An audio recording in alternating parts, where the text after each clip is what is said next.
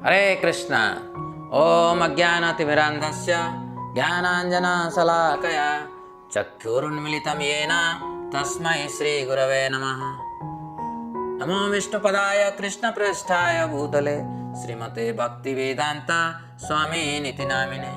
नमस्ते सरस्वती देवे गौरवाणी प्रचारिणे निर्विशेष शून्यवादी पाश्चात्य देशतारिणे। मैं आप सबको स्वागत करता हूं भगवद गीता की ये ऑनलाइन कोर्स में। आपको बधाई देता हूं कि आप लोग पंजीकरण किए हैं इस कोर्स में। हम प्रथम अध्याय में हैं। इस अध्याय की शीर्षक है भगवद गीता कालातीत विज्ञान। ये एक टाइमलेस साइंस है और अभी तक हम ये चर्चा कर रहे हैं क्यों हम भगवद गीता पठन करें, अध्ययन करें। अभी और एक पहलू के ऊपर मैं चर्चा करूंगा। इस सृष्टि में इतने सारे अद्भुतपूर्व आश्चर्यजनित चीजें हैं, वो हमें प्रेरित करेगा कि इसको समझे। इसकी सृष्टा, अगर सृष्टि को देखते हैं तो सृष्टा की ओर हमारा ध्यान बढ़े। सृष्टि को अगर हम नहीं देखते हैं, हम अगर सब चीज को भोग की विषय वस्तु मान लेते हैं, तो सृष्टि को हम देख नहीं पाएंगे। सृष्टि को देखने के लिए हमारे अंदर जो भोग की विचार है उसको हमें त्याग देना पड़ेगा।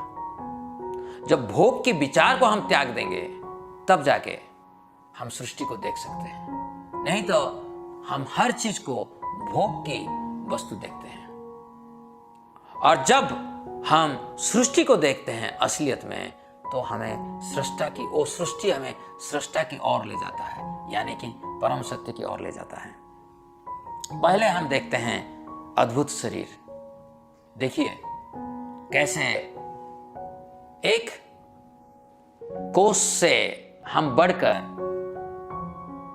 120 ट्रिलियन कोशी ये मनुष्य शरीर है अप्रोक्सीमेटली।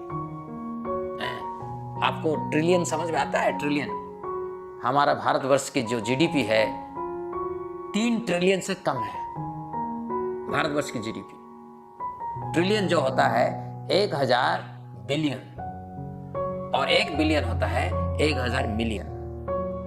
तो एक कोष से, वही जो एक कोष आधा मेरा माता का आधा मेरा पिता का फ्यूज होकर एक कोष बना पहले, और उस एक कोष से मैं अभी 120 ट्रिलियन कोशी मनुष्य हूं। और सिर्फ नहीं है, इसमें देखिए ये नाखून है, ये अलग कोष है। स्किन, त्वचा जो है अलग कोष है। ये बाल जो है, मेरा तो बाल नहीं है, परंतु ये बाल जो है ये भी अलग कोष है। मेरा मस्तिष्क, मेरा लीवर, किडनी, ये सब अलग अलग कोष है। मेरा हार्ट, ये भी अलग कोष है। तो कितनी वैरायटी, बोन, हड्डी जो है, ब्लड, खून, रक्त, ये भी अलग कोष में बना हुआ है। तो एक कोष से इतने सारे कोष कैसे आया है? आपको पता होना चाहिए। इसको हम देख सकते हैं, इसके बारे में विचार कर सकते हैं, मगर एक कोष को हम कभी भी 120 ट्रिलियन कोष नहीं बना सकते हैं। मगर हर दिन एक एक बच्चा पैदा होते हैं। कितने माता पिताओं की कितने बच्चे आते हैं, कौन बनाता है उनको? कभी आप इसके बारे में सोचे हैं? पद्म पुराण में कहा गया है कि विश्व में 84 लाख प्रकार की जीव है। प्रत्येक शरीर एकल कोशिका से विकसित होता है। आइए हम मनुष्य शरीर की क्रमिक विकास पर एक दृष्टि डालते हैं। गर्भाधान के समय मां से उत्पन्न एक कोशिका और पिता से उत्पन्न एक कोशिका के संयोजन से एक विशिष्ट कोशिका बनती है। ये मूल कोशिका निरंतर विभाजन की क्रिया से हड्डियां, नाखून, बाल, त्वचा इत्यादि शरीर की विभिन्न अंगों में परिवर्तन होती है। क्या आपने कभी इस पर अवलोकन किया है? बाल आपके शरीर में बढ़ रहे हैं। जब आप बाल को काटते हैं तो दर्द अनुभव नहीं करते हैं। किंतु जब आप त्वचा को काटते हैं तो असहनीय या दर्द का अनुभव करते हैं। एक ही शरीर में आप बालों को, नखों को काट सकते हैं किंतु हाथ को नहीं। ये भगवान द्वारा प्रदत्त अत्यंत अद्भुत शरीर है। ठीक इसी प्रकार से पेड़ पौधे, कीट पतंग, पशु पक्षियों का विकास होता है। तो इस सृष्टि को आप कभी देखना चाहते हैं? मैं भोग करता हूं मगर कभी नहीं सोचा हूं इस शरीर क्या है, कैसे अद्भुतपूर्व है, इसके बारे में सोचता नहीं हूं। यानी कि मेरा सृष्टि देखने का कैपेसिटी नहीं है। क्यों नहीं है? क्योंकि मैं भोग करने का अभिलाषा में इंटॉक्सिकेटेड हूं, मद हूं। मैं मदमत हूं भोग करने का अभिलाष में।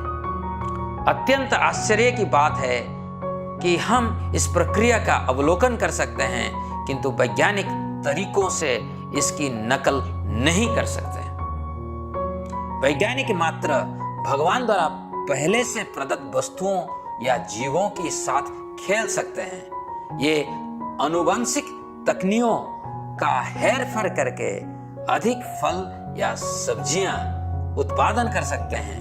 अधिक रासायनिक खाद्य का प्रयोग करके अधिक उपज प्राप्त की जा सकता है।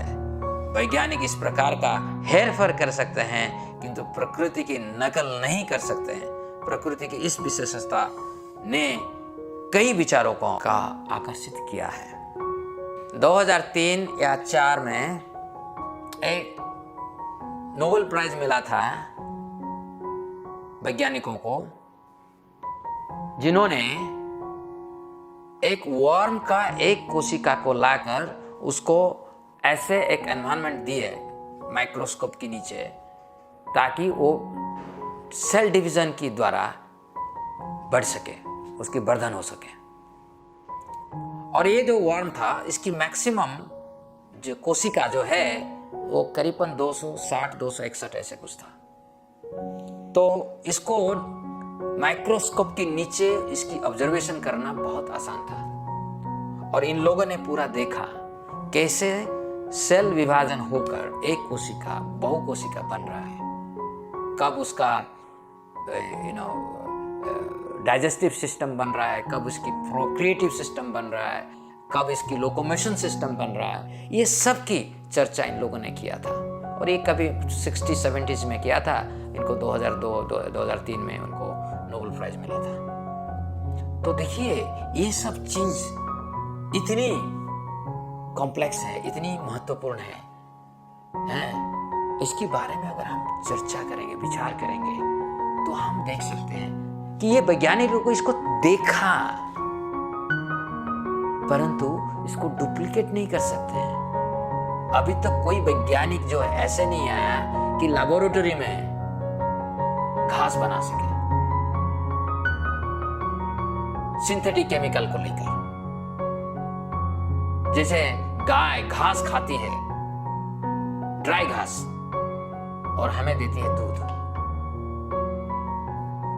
घास की तो बात भूल जाओ, अभी भी लेबोरेटरी में ऐसे व्यवस्था नहीं है जहां पे हम मशीन में देंगे घास और हमें निकलेगा दूध।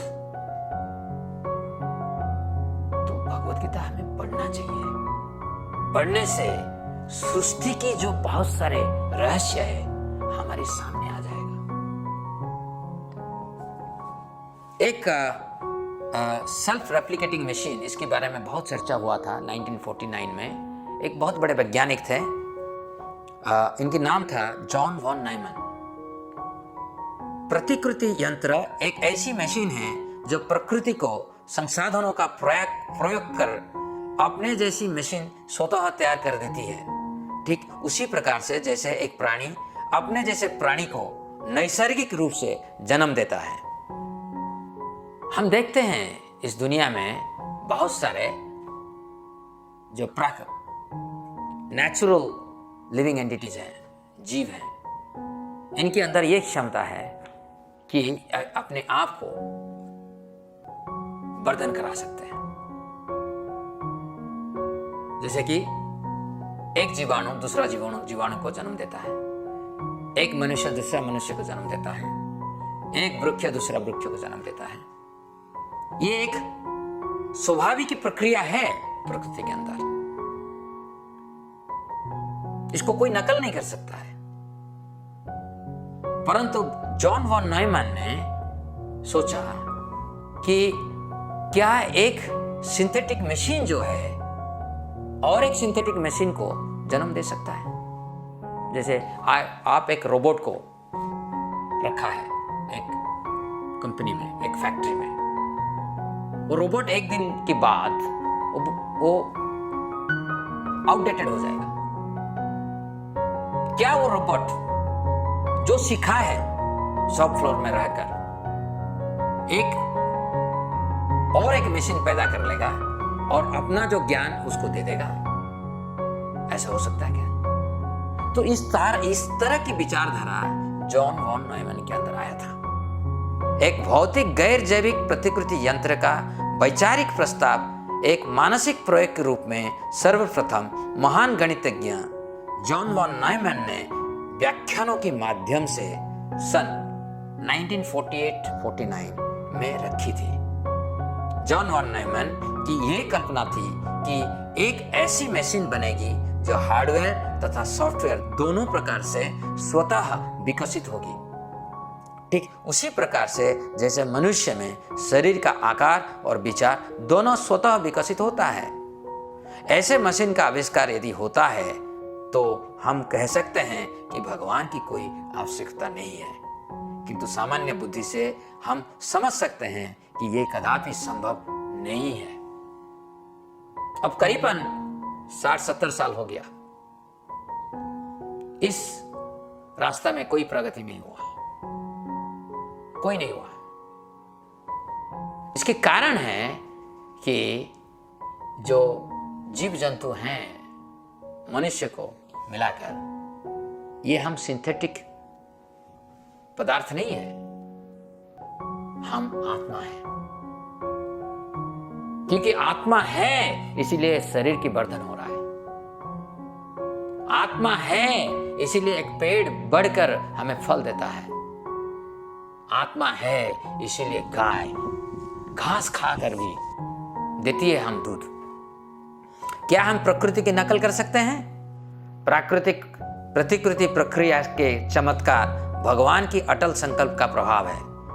हम प्रकृति के आश्चर्यों का अवलोकन कर सकते हैं किंतु उनकी नकल नहीं कर सकते हैं। इस संबंध में श्रीमद् भगवद गीता में भगवान श्री कृष्ण कहते हैं, कर्मणादैव नेत्रेण जंतुर्देहोपपत्तये स्त्रिया प्रविष्ट उदरम पुंसोरेत कणाश्रयः। परम भगवान के निर्देशन में एवं कर्मों के प्रभाव से जीव वीर्य के माध्यम से गर्भ में प्रवेश करता है एवं एक विशेष प्रकार के शरीर को प्राप्त करता है।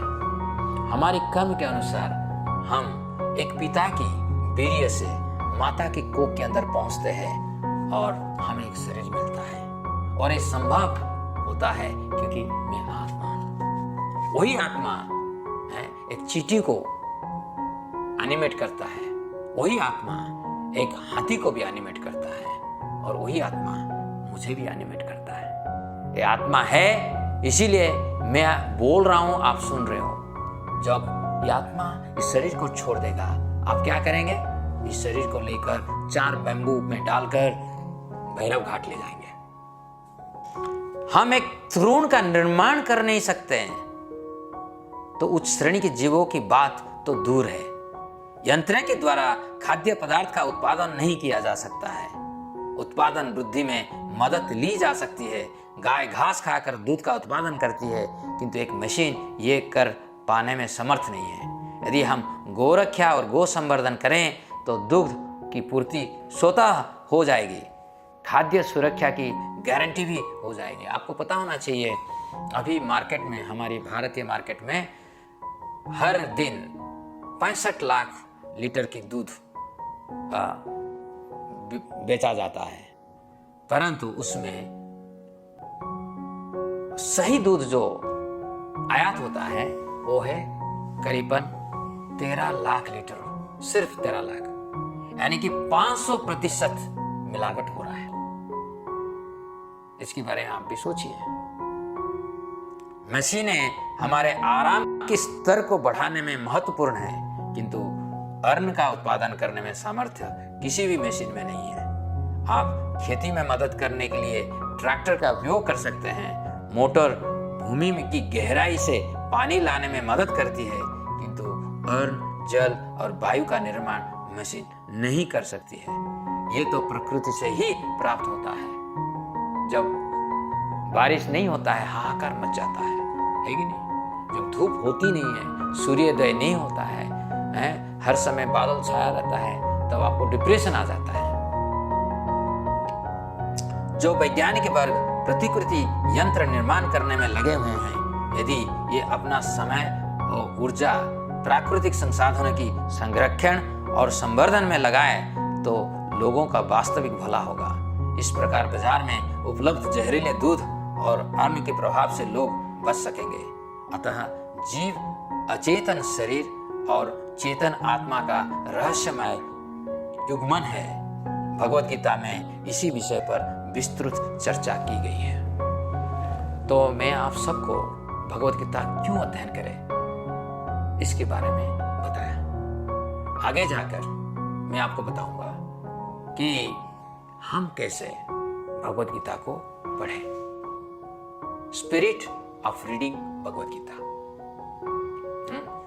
तो अगले वीडियो में इसको चर्चा करेंगे, इसी लेसन। अभी ये लेसन पूरा नहीं हुआ है, करीबन और 2 वीडियो आपको देखना पड़ेगा इस लेसन समाप्त करने के लिए। और हमारे साथ आप सब हैं, इसीलिए मैं आप सबको बधाई देता हूँ और प्रार्थना करता हूँ कि आप लोगों को भगवान इतना आशीर्वाद दें, इतना कृपा करें कि आप भगवान की वाणी को अपने दिल में समझ सकते हैं। हरे कृष्ण।